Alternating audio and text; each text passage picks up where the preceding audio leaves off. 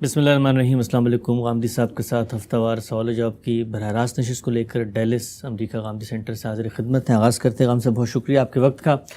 ایک ایسا موضوع گفتگو جس پہ آپ نے پہلے کبھی بات نہیں کی تھی، بہت ہی سلگتا ہوا نازک حساس معاملہ، جس میں عام طور پہ بھی جو سنجیدہ اہل علم ہیں رائے دینے سے گھبراتے ہیں۔ اس قدر تفریق، اس قدر فرقہ بندی، اس قدر گہری عصبیتیں ہیں، لوگ ایک دوسرے کی تذلیل و تفسیق کرتے ہیں اور یہ کہتے ہیں کہ حق و باطل کا یہ معاملہ ہے، اس میں کسی ایک جگہ پر کھڑا ہونا پڑے گا۔ سیدنا علی اور سیدنا امیر معاویہ کے مابین جو ایک سیاسی کشمکش تھی، اس سلسلے کی آج 20ویں نشست ہے۔ گزشتہ 19 نشستوں میں ہم نے ایک ایک کر کے وہ تمام اہم سوالات جو اس پورے موضوع پہ سامنے آتے ہیں آپ کے سامنے رکھے، آپ کی رائے جانی، اور میں شکریہ کے ساتھ آغاز کروں گا کہ آپ نے بہت ہی تحمل، بردباری اور خندروئی کے ساتھ تمام موضوعات پہ اپنا طالبانہ سفر، اپنے اشکالات کو شیئر کیا۔ لیکن آپ جانتے ہیں کہ لوگوں کے دل میں بڑے گہرے قائم شدہ تصورات ہیں، اشکالات کا سلسلہ جاری رہتا ہے۔ میں چاہوں گا کہ آج کے نشست میں انشاءاللہ اس موضوع کو ہم خاتمے کی طرف لے کے جائیں اور باقی ضمنی پہلو جو آتے رہیں گے انشاءاللہ ان کو زیر بحث لائیں گے۔ غام صاحب، اختتامی نشست ہے، چاہوں گا کہ جو بقیہ اشکالات ہیں کہ کر کے آپ کے سامنے رکھوں اور پھر پوری بحث کا میں خلاصہ بھی آپ سے جاننا چاہیں گے۔ جو سوال ہے آج اس سے میں آغاز کر دیتا ہوں۔ کہا یہ جاتا ہے کہ آپ نے سیاسی حقائق، زمینی حقائق، اس دور کی جو ایک حرکیات ہیں ان کا تجزیہ کیا، دونوں طرف کی جو پارٹیاں ہیں ان کے جو اقدامات ہیں ان کی بھی ایک توجیہ کی، لیکن رسول اللہ صلی اللہ علیہ وسلم کے اہل بیت کے بارے میں کچھ دینی تصورات ہیں۔ کہا یہ جاتا ہے کہ اللہ کے رسول نے رخصت ہوتے ہوئے کہا کہ میں جو کچھ چھوڑ کے جا رہا ہوں وہ ایک قرآن ہے اور ایک اہل بیت ہے۔ ترکتم فیکم امرین القرآن و اطرتی کے الفاظ آتے ہیں۔ پھر یہ کہا گیا کہ سیدنا علی کو ایک خاص منصب پر خود رسالت مآب صلی اللہ علیہ وسلم نے فائز کیا، مامور کیا، اور کہا کہ جو مجھے مولا مانتا ہے علی کو مانے، اور اپنے اہل بیت کے ساتھ جڑے رہنے کی تلقین کی، آپ نے نصیحت کی، خود حدیث قصہ ہے، پردے کے اندر لے کر بیٹھے، کہا۔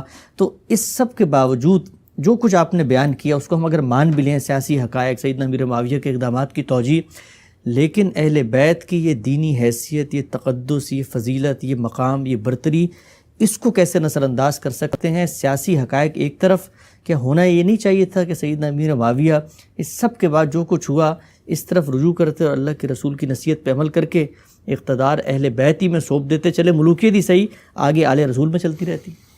اس سے پہلے کہ میں آپ کے سوال کا جواب دوں، یہ وضاحت بہت ضروری ہے کہ قرآن مجید میں اہل بیت کی تعبیر رسالت مآب صلی اللہ علیہ وسلم کی ازواج مطہرات کے لیے استعمال ہوئی ہے۔ اچھا، یہ ایسا ہی لفظ ہے جیسے آپ اپنی زبان میں گھر والے بولتے ہیں۔ یعنی اگر آپ نے کسی اپنے عزیز کو اپنے ہاں مدعو کیا ہے اور آپ تنہا آئے ہیں اور وہ آپ سے پوچھتے ہیں کہ گھر والے نہیں آئے، تو گھر والے، دیکھیے یہ لفظ ہماری زبان میں جمع بولا جاتا ہے ایک بات، مذکر بولا جاتا ہے، عربی زبان میں بھی بالکل ایسے ہی ہے۔ یعنی اہل البیت یا اہل بیت یہ تعبیر ایسے ہی استعمال ہوگی، اگر گھر میں ایک ہی بیوی ہے تب بھی ایسے ہی استعمال ہوگی۔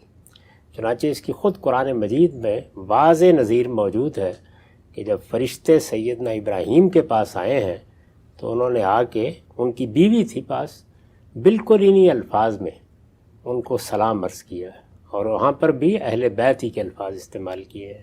تو عربی زبان کے اسلوب میں یہ بات طے ہے۔ رسالت مآب صلی اللہ علیہ وسلم نے جو روایتیں آپ نے بیان کی ان پر میں اس وقت کوئی تبصرہ نہیں کروں گا، اس لیے کہ وہ بحث پھر کسی دوسرے گوشے میں چلی جائے گی، لیکن اتنی بات ضرور عرض کر دوں گا کہ رسالت مآب صلی اللہ علیہ وسلم نے اگر کسی موقع پر اہل بیت کے بارے میں تنبیہ کی ہے یا کہا ہے کہ میں ان کو چھوڑے جا رہا ہوں، ان کے بارے میں متنبہ رہنا، تو اپنی ازواج کے بارے میں کہا ہے۔ اس لیے اپنی ازواج کے بارے میں کہا ہے کہ ازواج مطہرات کے بارے میں قرآن یہ بتاتا ہے کہ ان کی تمام ذمہ داری رسول اللہ کے بعد اس امت پر ڈالی گئی تھی۔ ان کے لیے شادی کرنا، نکاح کرنا ممنوع قرار دے دیا گیا تھا۔ رسول اللہ صلی اللہ علیہ وسلم نے ایک خاص موقع پر ان کو تخیر کا حق دیا، وہ قرآن میں بیان ہوا ہے۔ سورہ احزاب کا موضوع یہی ہے کہ ایک موقع کے اوپر جب پورے خاندان کو، رسالت مآب صلی اللہ علیہ وسلم کے گھر والوں کو، آپ کی ازواج کو اسکینڈلائز کرنے کی اسکیمیں بنی، تو اللہ تعالیٰ نے ان پر کچھ خصوصی پابندیاں عائد کی۔ اور ان پابندیوں کو عائد کرنے سے پہلے ان سے پوچھا کہ عام لوگوں کی زندگی بسر کرنا چاہتی ہو تو پیغمبر کو چھوڑ دو، یعنی اس سے تمہارے ایمان پر، تمہاری جنت دوزخ پر کوئی فرق نہیں پڑے گا، لیکن اگر پیغمبر کے ساتھ رہنے کی عزت کو قائم رکھنا چاہتی ہو تو پھر یہ زائد پابندیاں لینی پڑیں گی۔ تو انہوں نے خوش دلی کے ساتھ ان کو قبول کیا، اور اس کے بعد ان کے بارے میں یہ ہدایت کر دی گئی کہ اب رسول اللہ صلی اللہ علیہ وسلم یعنی اس کے بعد ان میں سے کسی کو طلاق نہیں دے سکتے، ان میں سے کسی کو تبدیل کر کے دوسری بیوی نہیں لا سکتے، اور وہ اس امت کی مائیں قرار پا گئی ہیں۔ اب ان کے ساتھ رسول اللہ کے بعد بھی کوئی نکاح نہیں کرے گا۔ تو ظاہر ہے کہ جب یہ ساری بات آپ نے کہہ دی تو وہ اب حضور کے دنیا سے رخصت ہو جانے کے بعد کس کی ذمہ داری ہے؟ امت کی ذمہ داری ہے۔ تو اس لیے بعض جگہوں کے اوپر حضور نے توجہ دلائی ہے اس معاملے میں کہ میں یہ امانت تمہارے پاس چھوڑ کے جا رہا ہوں۔ میری ازواج، میری بیویاں یہ در حقیقت ایک بڑی قربانی دے چکی ہیں، اور ان کو اب ایسے ہی زندگی بسر کرنی ہے، یہ اپنا گھر نہیں نیا بسائیں گی۔ عرب میں تو آپ جانتے ہیں کہ سیدنا صدیق کی وفات ہوئی اور عدت پوری ہوئی تو ان کی اہلیہ نے حضرت علی سے شادی کر لی، وہاں تو یہ کوئی تصور ہی نہیں تھا، لیکن ازواج مطہرات کو رسول اللہ کے گھر میں زندگی بسر کرنی تھی۔ ان کے لیے ہدایت تھی کہ وہ کوئی معاشی جد و جہد بھی نہیں کر سکتی، ان کو گھروں کے اندر ہی رہنا ہے اور ان کو ان آداب کی پیروی کرنی ہے آخر دم تک جو ان کے لیے سورہ احزاب میں بیان کیے گئے ہیں۔ تو اس لیے یہ پوری مسلمان امت کی ذمہ داری تھی کہ جب تک وہ باقاعد حیات ہیں ان کے لیے عزت کے جذبات ہوں، ان کو ماؤں کی حیثیت سے رکھا جائے، ان کی ضروریات کو پورا کیا جائے، ان کے بارے میں وہ تمام ذمہ داریاں ادا کی جائیں جو ماؤں کے بارے میں بیٹوں پر عائد ہوتی ہیں۔ تو یہ وجہ ہے اہل بیت کے زیر بحث آنے کی۔ اس معاملے میں جو تصورات ہمارے ہاں رائج ہیں بالکل بے بنیاد ہیں، کوئی حیثیت نہیں۔ باقی رہ گئی یہ بات کہ کسی وقت جب محبت کے اسلوب میں آدمی اپنے بچوں یا اپنے نواسوں یا اپنی نواسیوں یا اپنے پوتوں کے بارے میں بھی یہ بات کرتا ہے کہ یہ تو میرے گھر والے ہیں، تو یہ اصل میں توسیع کا اسلوب ہوتا ہے۔ اصل میں اہل بیت کون ہیں؟ ازواج مطہرات، یعنی رسول اللہ صلی اللہ علیہ وسلم کی بیویاں۔ پہلے تو یہ بات سمجھ لیجئے۔ اس کے بعد اب تھوڑی دیر کے لیے اس مقدمے کو مان لیجئے جو آپ نے بیان فرمایا ہے کہ حسن سلوک کرنا ہے، محبت کا مرجع بنا کے رکھنا ہے، تو اس میں کیا شبہ ہے؟ یعنی اگر رسول اللہ صلی اللہ علیہ وسلم کے ساتھ ہم محبت کرتے ہیں، اگر آپ کے لیے ہمارے دل میں غیر معمولی جذبات ہیں تو آپ کے خاندان کے لیے، آپ کے اہل و عیال کے لیے، آپ کے نواسوں کے لیے کیوں نہیں ہوں گے؟ اسی وجہ سے تو ہم جب رسول اللہ کے لیے دعائیں کرتے ہیں تو آپ کے خاندان کے لیے بھی رحمت کی دعائیں کرتے ہیں، روز نمازوں میں کرتے ہیں۔ تو یہ جو جذبات محبت کا اظہار ہے یا رسول اللہ صلی اللہ علیہ وسلم کے لیے اللہ کی رحمت کی دعا کرنے کے داعیات ہیں، یہ تو ہر مسلمان کے ایمان کا تقاضا ہے، رسول اللہ صلی اللہ علیہ وسلم کے ساتھ محبت کا تقاضا ہے، لیکن اس کا سیاست سے کیا تعلق ہے؟ یعنی سیاست میں تو فیصلے ان قوانین کی بنیاد پر ہوں گے جو سیاسی فیصلوں کے لیے یا دنیا میں رائج ہیں علم و عقل کی روح سے، اور یا اللہ نے بیان کیے ہیں۔ تو اللہ نے جو قانون بیان کیا ہے اس پر بڑی تفصیلی گفتگو میں کر چکا، وہ کیا ہے؟ امرہم شورا بینہم، لوگوں کے اعتماد سے فیصلہ ہونا ہے۔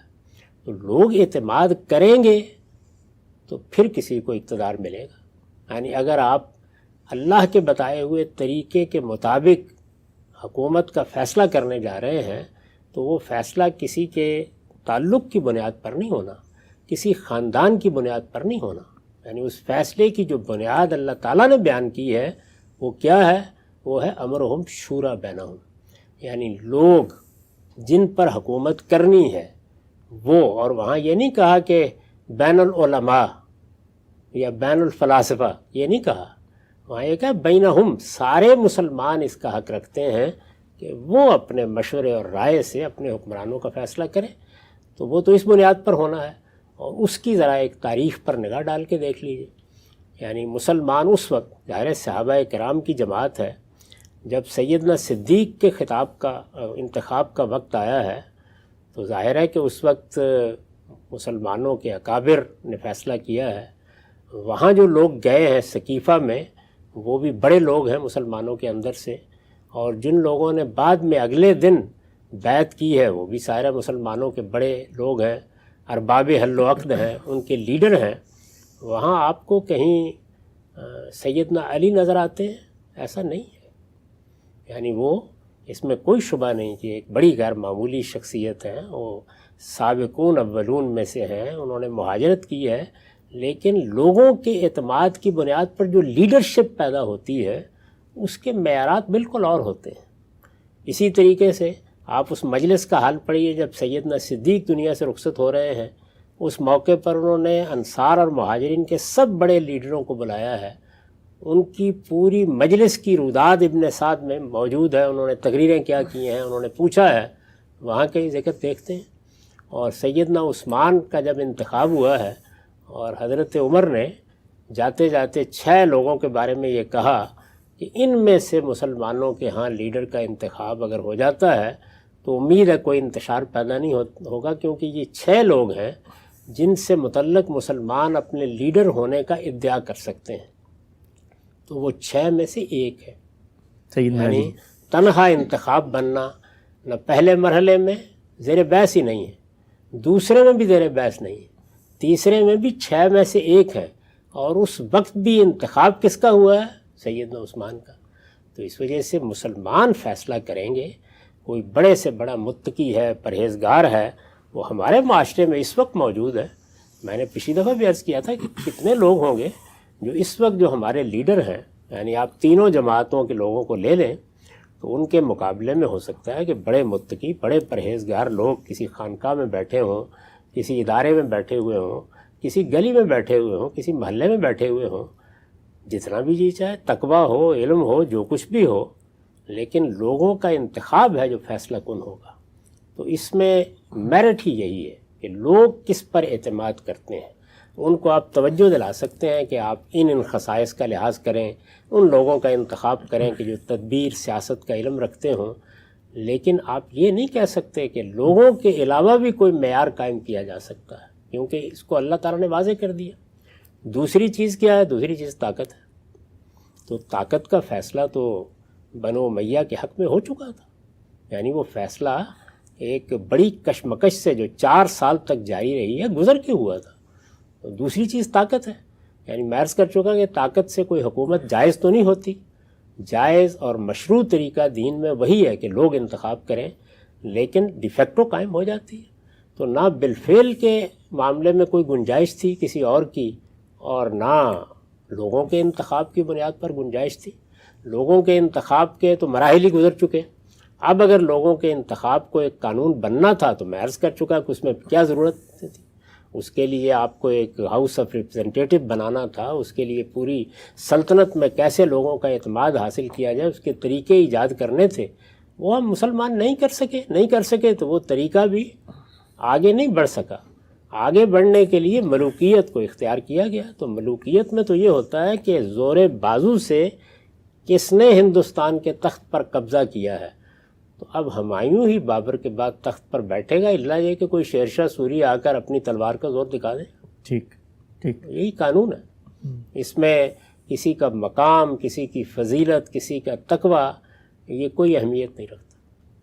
آگے بڑھاتے ہیں ہم سب سلسلے کو، مختصر سوالات ہیں، کافی تعداد میں، چاہوں گا آپ جواب دیں ان کا اور پھر ایک خلاصے کی طرف بڑھیں گے۔ بیان فرمائیے گا سیدنا امیر معاویہ کی سیاسی حکمت عملی بصیرت، اس پہ بات ہوئی، یہ پوچھا گیا کہ انتخاب ہی کرنا تھا، کوئی ہاؤس آف ریپرزنٹیٹیو اس کا طریقہ نظام موجود نہیں تھا، تو ملوکیت کو بطور نظام اختیار کر لیا، لیکن کیا اس وقت ان کے پاس یہ آپشن نہیں تھا کہ خود بنو امیہ ہی میں سے جو کچھ بڑے لوگ موجود تھے، مثلا خود جو پورا قضیہ پیدا ہوا سیدنا عثمان کے پیچھے اخلاف موجود تھے، ان کے بیٹے موجود تھے، تو اس سلسلے کو وہاں پر جاری کر دیا جاتا، کیونکہ جو نتیجہ بعد میں نواسہ رسول کی شہادت کی صورت میں نکلا، شاید اس دلخراش سہنے سے بچا جا سکتا۔ اس صورت میں جن صاحب کو یہ ذمہ داری دی جاتی وہ پھر ملوکیت کے علاوہ کوئی اور نظام قائم کرتے، وہ آگے کسی کو مقرر کرتے، وہ آگے بھی پھر یہی کرتے، اور جس حادثے کا آپ ذکر کر رہے ہیں وہ ہو سکتا ہے کہ اس کے بعد بھی ہو جاتا، کیونکہ پہلے بھی ہوا، پھر کیا کرتے، پہلے بھی ہو چکا ہے۔ تو یہ بات بھی اصل میں سیاست سے ناواقفیت پر دلالت کرتی ہے۔ میں نے عرض کیا ہے کہ سیاست پرامن انتقال اقتدار کا طریقہ چاہتی ہے، اور پرامن انتقال اقتدار کا طریقہ نزاع سے بالاتر ہونا چاہیے۔ اگر وہ آپ ایسا طریقہ اختیار کریں گے تو آپ دیکھیے کہ اگر معاویہ رضی اللہ عنہ سے آپ یہ توقع کر رہے ہیں کہ وہ فلاں کا انتخاب کر دیں تو بہت اچھا ہے، تو یہ پھر ہر جانے والے سے توقع ہوگی اور پھر وہی میرٹ زیر بحث آ جائیں گے کہ کون زیادہ حقدار ہے. اس سے نظام نہیں بنتا. دو ہی صورتیں ہیں، یا آپ ایک ہاؤس آف ریپرزنٹیٹو وجود میں لائیے، وہ بھی متعین ہوگا کہ یہ لوگ ہیں جو پوری مملکت کی یا سلطنت کی نمائندگی کرتے ہیں، جس کو آپ پارلیمنٹ کہتے ہیں، وہ پھر انتخاب کر لیں گے. تو گویا ایک طریقہ ایجاد ہوتا ہے پہلے، جو طریقہ فصل نزاع کا باعث بنتا ہے، پرامن انتقال اقتدار کا باعث بنتا ہے. یہ جو حضرات اس طرح کے مشورے دیتے ہیں، وہ دنیا بھر میں جو بادشاہتیں قائم ہوئی ہیں ان کو کیوں نہیں دیتے یہ مشورے؟ اس وقت دنیا کے 44 ملکوں میں بادشاہت قائم ہے. ان سب ملکوں کے اندر کیا طریقہ اختیار کیا جاتا ہے؟ برطانیہ میں جانشینی کے لیے کیا اسلوب قائم ہے؟ بڑی مشکل سے ابھی یورپ کی بعض بادشاہتیں 12 کے قریب ہے اب بھی آمادہ ہوئی ہیں کہ چلیے عورتوں کو بھی آنے دیا جائے اگر وہ بڑی ہوں. تو یہ ساری چیزیں جو ہیں، یہ ملوکیت کا نظام انسانی تجربات سے پیدا ہوا ہے. اس وجہ سے اس میں کوئی ایک فیصلہ بعض اوقات بہت بڑے نزاع کا باعث بن جاتا ہے. بنتے ہیں بعد کے زمانوں میں دائیں بائیں بھی بعض اوقات لوگوں کو نامزد کرنا پڑا ہے، لیکن وہ کوئی پھر بڑا مسئلہ پیدا ہو جاتا ہے. اصل طریقہ وہی ہے کہ یہ اولاد میں منتقل ہوگی تو نزاع سے بالاتر رہے گی. یہی اصل میں وہ سبب ہے کہ آپ اپنے ہاں کی سیاسی جماعتوں کو دیکھتے ہیں کہ وہ اسی اصول پر کھڑی ہیں. کیا ان میں متقی نہیں ہیں، ان میں پرہیزگار نہیں ہیں ان جماعتوں کے اندر؟ یعنی میں بتا سکتا ہوں کہ آپ کو پیپلز پارٹی میں کون کون لوگ ہیں کہ جو اپنے علم کے لحاظ سے، اپنی دیانت کے لحاظ سے بڑے مثالی ہیں، اور کیا وجہ ہے کہ ان کو 25-24 سال کے ایک نوجوان کی قیادت کو قبول کرنا پڑا ہے؟ کیا سبب ہے کہ ایک لڑکی نکلتی ہے باہر اور وہ پورے ملک کی لیڈر بن جاتی ہے؟ نواز شریف صاحب کی بیٹی کو آپ دیکھ رہے ہیں. اسی طریقے سے آپ باقی پارٹیوں کو دیکھ لیجیے. مولانا فضل الرحمان صاحب کس کے بیٹے ہیں؟ تو اصل میں یہ جو موروثیت ہے، یہ پورا ایک نظام ہے. یہ غلط ہوگا. اس کو آپ تبدیل کرنا چاہتے ہیں تو کریں، لیکن یہ تبدیل ہوگا جمہوری روایات پر مبنی کسی میکنزم کو بنانے کے نتیجے میں، جو مغرب نے بنا کے دکھا دیا ہے. اس کے بغیر یہ نظام چلے گا، اور اس میں سب سے پہلا انتخاب اولاد ہوگی.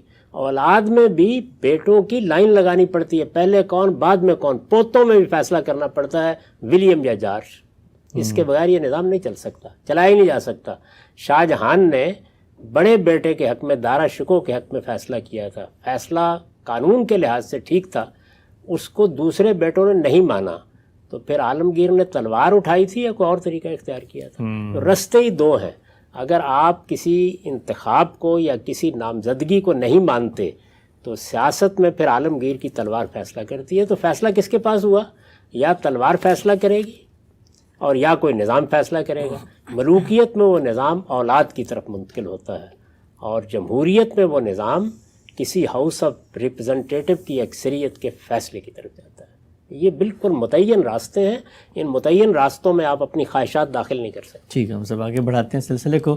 یہ بیان فرمائیے گا، ہمارے ہاں جو مستشرقین کی روایت ہے، وہ لوگ جو مذہب اسلام کا تنقیدی مطالعہ کرتے ہیں، وہ یہ کہتے ہیں کہ جو کچھ محرکات بعد میں بیان کی جاتے ہیں، سیدنا عثمان کا قتل ہے اور باقی سیاسی نظم کے اندر عدم استحکام، اس کا نتیجہ نکلا. لیکن در حقیقت پس پردہ بنو امیہ اور یہ جو ہمارے ہاں قریش کا قبیلہ ہے، یہ لوگ موجود ہیں. ان کے درمیان قبائلی کشمکش، جنگ کی، طاقت کی حرص جاری تھی، جس کا ظہور ان محرکات کے سامنے آنے کے بعد ہوا.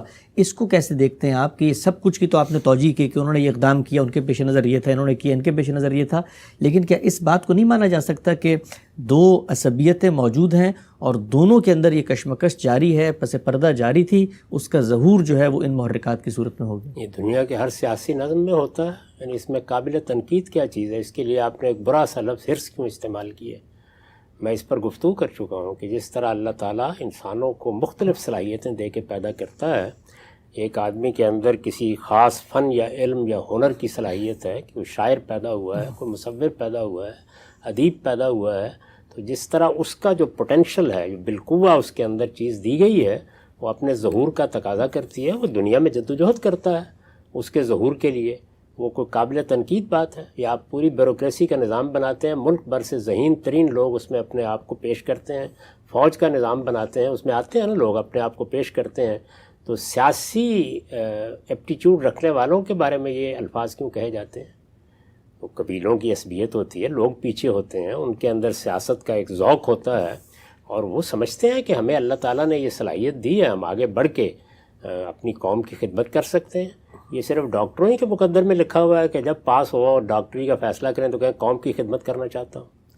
بھائی دنیاوی محرکات اپنی جگہ موجود رہتے ہیں، لیکن یہ آپ کا پوٹینشل ہے، یہ ظہور چاہتا ہے۔ تو اس وجہ سے جن کے پاس طاقت تھی یا جن کے اندر یہ چیز موجود تھی، قیادت کی صلاحیت، وہ بڑھیں گے آگے۔ اصل چیز یہ نہیں ہے کہ ان کو روکا جائے، اصل چیز یہ ہے کہ ان کے بڑھنے کا چینل کیا ہوگا۔ تو میں نے عرض کیا ہے کہ چینل دو ہی ہیں، یا تلوار پڑے گی۔ وہ کون تھا جس نے ہندوستان میں مغلیہ سلطنت قائم کر دی؟ آپ جانتے ہیں کس علاقے سے آیا تھا، کتنے لوگوں کو ساتھ لے کے آیا تھا، خود اس کے اپنے علاقے میں اس کے چچا کیا معاملہ کر چکے تھے، اور اس نے آگے ہندوستان کی سلطنت پر قبضہ کر لیا۔ بلکہ اس کے بعد اور اس سے پہلے بھی آپ پوری تاریخ میں یہ چیزیں دیکھتے ہیں تو تلوار فیصلہ کرتی ہے، یعنی بندوق کہہ لیں موجودہ زمانے میں، اور یا لوگ فیصلہ کرتے ہیں۔ تو اب انتخاب ان دو چیزوں میں ہے، اس میں کوئی آپ کے پاس چارہ ہی نہیں ہے کہ آپ لوگوں کے بارے میں یہ کہیں۔ ہاں البتہ ہمارے دین نے یہ سکھایا ہے کہ اپنے پوٹینشل کو ظاہر ضرور کرو، اس میں جد و جہد بھی کرو، آگے بڑھنے کی صحیح بھی کرو، تم عالم ہو تب بھی کرو، سائنسدان ہو تب بھی کرو۔ ہر میدان میں انسان جد و جہد کرے گا تو آگے بڑھے گا۔ سیاستدان بھی کرتے ہیں، پارٹیاں اسی لیے بنائی جاتی ہیں موجودہ زمانے میں، اتنی اس کے اندر انویسٹمنٹ کرتے ہیں وقت کی، سرمایے کی، اس کے بعد ہی جا کر آپ امریکہ میں، برطانیہ میں، یورپ میں، دنیا کے ترقی یافتہ ملکوں میں بھی انتخابات ایسے ہی ہوتے ہیں۔ تو یہ لوگ ہیں جن کے اندر یہ بالقوہ صلاحیت ہوتی ہے، وہ اس صلاحیت کو سامنے لے کے آتے ہیں۔ البتہ یہ ہے کہ ان کو حریص نہیں ہونا چاہیے۔ حریص ہونے کا مطلب یہ ہے کہ اخلاقی اصول پامال کر دیے جائیں، آگے بڑھنے کے لیے دائیں بائیں سے لوگوں کو آپ نے کچھ نہ کچھ دھکیلا اور دھکیل کے آگے بڑھے، تو کوئی غلط طریقہ اختیار نہ کیا جائے۔ ورنہ یہ کہ اقتدار ہمارے پاس ہونا چاہیے، ہم بہتر طریقے سے اقتدار کو چلا سکتے ہیں، یہ نظم اچھے طریقے سے قائم کر سکتے ہیں، قوم کی خدمت ہم بہتر طریقے سے کر سکتے ہیں۔ یہ اپنی ذات میں کوئی قابل مذمت چیز نہیں ہے۔ آپ جانتے ہیں کہ خدا کے ایک پیغمبر نے جب یہ محسوس کیا کہ وہ خدمت انجام دے سکتا ہے، حضرت یوسف نے تو کہا کہ اجلنی علی خلائن الارض، آگے بڑھ کے پیش کر دیا اپنے آپ کو۔ اور اس کے بعد یہ جانتے ہیں آپ کے قرآن نے اس کی کتنی مدح کی ہے۔ تو ہر پوٹینشل، خواہ وہ فرد میں ہو، خواہ وہ کسی گروہ میں ہو یا قبیلے میں، وہ اپنے ظہور کا تقاضا پورا کرے گا۔ اور حکومتیں قائم ہی اس عصبیت پر ہوتی ہیں جس کا آپ ذکر کر رہے ہیں، وہ پیچھے نہیں ہوگی تو حکومتیں کھڑی نہیں رہ سکتی۔ یعنی وہ قائم رکھنے والی چیزیں بھی دور حاضر میں دیکھ لیں، دو ہی ہیں، یا بندوق سے جو ایک طاقت ہم خود اپنے ٹیکس سے پیدا کرتے ہیں وہ پشت پر کھڑی ہوتی ہے، اور یا لوگ کھڑے ہوتے ہیں۔ ٹھیک، اور کوئی طریقہ نہیں۔ ہم سب آگے بڑھتے ہیں۔ یہ بیان فرمائیے گا کہ جتنی بحث ہم نے کی ہے، اس بحث کے اندر آپ نے بار بار یہ فرمایا کہ استبدادی حکومت کے خلاف جب کوئی کھڑا ہوتا ہے تو پھر یا تخت یا تختہ، دو ہی امکانات ہیں، جیتے گا تو وہ آ جائے گا۔ لیکن میزان میں آپ خود بیان کرتے ہیں کہ خروج کی جو شرائط ہیں ان میں 3 شرائط ہیں، ایک کفر بوا، دوسرا استبدادی حکومت، اور تیسرا جو کھڑا ہو رہا ہے اس کی سیاسی جمعیت، اس پر لوگ متفق ہوں۔ لیکن ان 3 شرائط کے پورے ہوئے بغیر محض استبدادی حکومت کے خلاف جدوجہد کرنا یہ دینی لحاظ سے کیسے جائز ہو سکتا ہے؟ دیکھیے وہاں جو چیز زیر بحث ہے وہ یہ ہے کہ مذہبی بنیاد پر آپ کو کب اٹھنا ہے۔ مذہبی بنیاد کا مطلب یہ ہے، آپ دیکھتے ہیں خود ہمارے ملک میں بھی، بلکہ افغانستان میں یہ سب ہوا ہے، ابھی حال کی چیز ہے، کوئی ماضی کا قصہ نہیں ہے، کہ مذہبی بنیاد پر لوگ محسوس کرتے ہیں کہ ان کے حکمران اس کے اہل نہیں ہیں۔ یعنی وہ جیسے آپ دینی اصطلاحات میں تعبیر، فاسق و فاجر ہو گئے، وہ اصل میں دین جن چیزوں کو عیب کہتا ہے ان میں مبتلا ہو گئے۔ بعض اوقات تو 5 شرعی عیب جو ہیں وہ ہوتے ہیں۔ اسی طرح سے بہت سے مذہبی لحاظ سے اعتراضات کیے جاتے ہیں۔ اس میں رسالت مآب صلی اللہ علیہ وسلم نے کہا ہے کہ اگر تمہارے کسی حکمران کے خلاف اٹھنے کی وجہ مذہبی احساس بن رہا ہے تو اس کی آخری حد کیا ہے؟ اچھا، اس میں 2 چیزیں بیان فرمائی ہیں کہ یا تو اس سے کھلے کفر کا ارتکاب ہو تو یہ مذہبی بنیاد بنتی ہے اٹھنے کی، یا یہ ہے کہ نماز کا اہتمام چھوڑ دیا جائے تو یہ بنیاد بنتی ہے۔ تو ایک حد بیان کی ہے تاکہ لوگ چھوٹے چھوٹے مذہبی اختلافات کی بنیاد پر اٹھنے کا فیصلہ نہ کر لیا کریں، اس سے فساد پیدا ہوتا ہے۔ تو یہ پہلو ہے اس کے اندر۔ باقی جو دنیا کا اصول ہے اس میں تو وہی چیز ہے کہ لوگ اٹھیں گے، اٹھ کے بابر آئے گا وہ کر لے گا، ابراہیم لودھی آئے گا وہ کر لے گا، حکومتیں قائم ہوں گی تلوار کے ذریعے سے۔ میں پھر عرض کر دوں کہ یہ کوئی آئیڈیل طریقہ نہیں ہے، یہ کوئی مطلوب طریقہ بھی نہیں ہے، یہ مشروع طریقہ بھی نہیں ہے۔ مشروع طریقہ وہی ہے جو اللہ نے بتایا ہے، لیکن حکومتیں قائم ہوں گی اس طریقے سے، لوگ آئیں گے، اس میں ہم کیا کہہ سکتے ہیں ان کو؟ صرف ایک ہی بات کہہ سکتے ہیں، اور وہ یہ ہے کہ کسی اخلاقی اصول کی خلاف ورزی نہ کریں، لوگوں کی جان مال آبرو کے لیے خطرہ نہ بنے۔ وہی بات میں نے کہی۔ ٹھیک ہے، ہم سب سمیٹتے ہیں بات کو۔ یہ بیان فرمائیے گا 20 قسطوں میں بات ہوئی، ان 20 قسطوں میں اگر آپ خلاصہ کریں تو لوگوں کو سمجھانا کیا چاہتے ہیں، پیش نظر کیا ہے، اور کیا وہ رویہ ہے جو آپ چاہتے ہیں کہ ان تمام معاملات کو دیکھنے میں، لوگوں کے فہم میں، لوگوں کی تحقیق میں، لوگوں کی تنقید میں، ان کی گفتگو میں، ان کی آپس میں تبادلہ خیال میں پیدا ہو؟ حاصل کلام کیا ہے ان 20 نشستوں کا؟ 3 بنیادی چیزیں ہیں جن کی وجہ سے میں نے اس کو موضوع بنایا۔ ایک یہ کہ سیاسی معاملات کو سیاست کے نقطہ نظر سے دیکھنا بھی چاہیے، سمجھنا بھی چاہیے، ان کا تجزیہ بھی کرنا چاہیے۔ سیاسی معاملات کسی مسجد میں بیٹھ کر آپ کی خواہشوں کی بنیاد پر نہیں ہوتے، اس کے لیے زمینی حقائق کیا ہیں، معاملہ کیا ہوا ہے، کسی موقع کے اوپر اگر ایک گروہ نے ایک اقدام کیا ہے یا دوسرے نے اقدام کیا ہے، اس کے محرکات کیا ہیں۔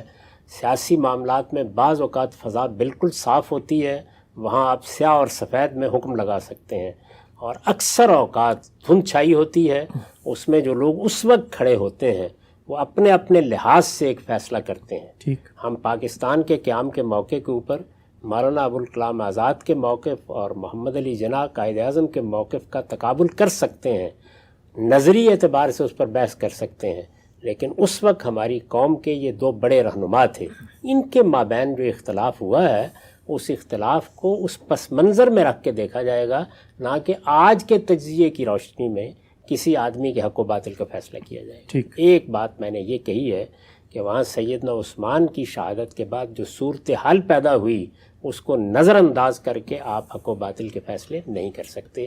ہر شخص اپنی جگہ پر کھڑا ہو کر ایک خاص زاویے سے معاملے کو دیکھ رہا ہے، اس زاویے کے لحاظ سے آپ حکم لگائیں گے۔ دوسری بات جو میں نے عرض کی ہے وہ یہ عرض کی ہے کہ آپ جس وقت لوگوں کو کوئی تجویز دے رہے ہوتے ہیں، یہ ہونا چاہیے، وہ ہونا چاہیے، تو یہ رومانوی تجویزیں نہیں ہیں جو دنیا میں چل سکتی ہیں۔ آپ کو اس دور میں جا کے حال کو ماضی میں داخل کر کے باتیں نہیں کرنی، اس دور میں جا کے دیکھنا پڑے گا کیا قابل عمل تھا۔ ٹھیک، یعنی اچھی تجویزیں آج روبہ عمل ہو جاتی ہیں۔ آپ کہتے ہیں کہ آج ہم مشینوں پر انتخابات کرانے کی پوزیشن میں آ گئے ہیں۔ یہی بات جو ہے یہ کیا معاویہ رضی اللہ عنہ کے بارے میں بھی، عمر بن عبدالعزیز رضی اللہ عنہ کے بارے میں بھی کہی جا سکتی ہے کہ ہم 2 مشینیں بھیج رہے ہیں، آپ ساری سلطنت میں انتخاب کرا دیں۔ تو اس حال کو ماضی میں داخل کرنے سے گریز کریں، آپ ماضی میں جائیں، دیکھیں اس وقت کی سیاسی صورتحال کیا ہے۔ آپ ایک چھوٹے سے علاقے میں حکومت قائم کر رہے ہیں، آپ کسی مملکت میں قائم کر رہے ہیں، وہاں لوگ کتنے ہیں، کتنے لوگوں کی رائے لینی ہے، رائے لینے کے لیے اسباب کیا موجود ہیں۔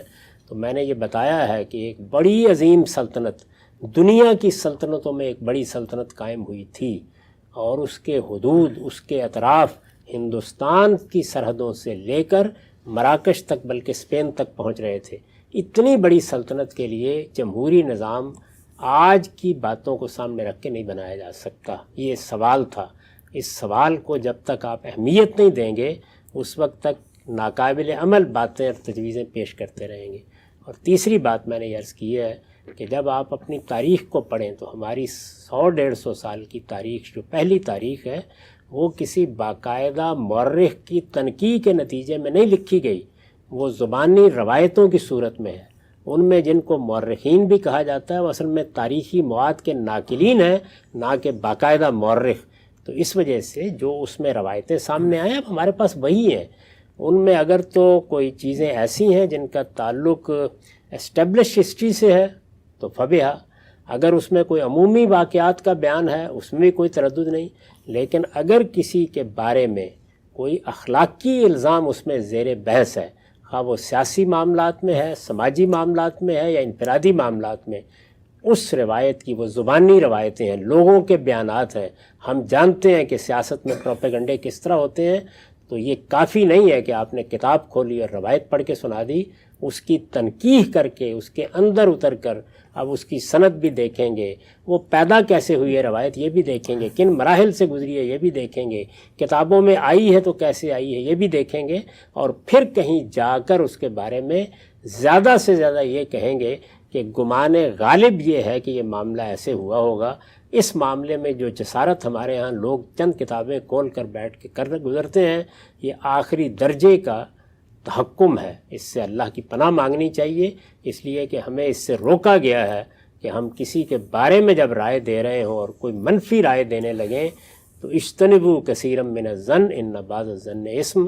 یہ گمانوں کی بنیاد پر نہیں دی جاتی، اس کے لیے آخری درجے کی تحقیق کی ضرورت ہوتی ہے. ہم سب 20 نشستوں پر مشتمل آپ کا یہ سلسلہ گفتگو، ہم نے اس کا عنوان رکھا تھا کہ سیاسی اختلافات سیدنا امیر معاویہ اور سیدنا علی کے جو مابین تھے اس کو دیکھنے کا ایک منفرد زاویہ نظر. وقت کے ساتھ ساتھ انشاءاللہ آپ کی بات لوگ اس جگہ سے سمجھنے کی کوشش کریں گے جہاں کا آپ نے خلاصہ کیا.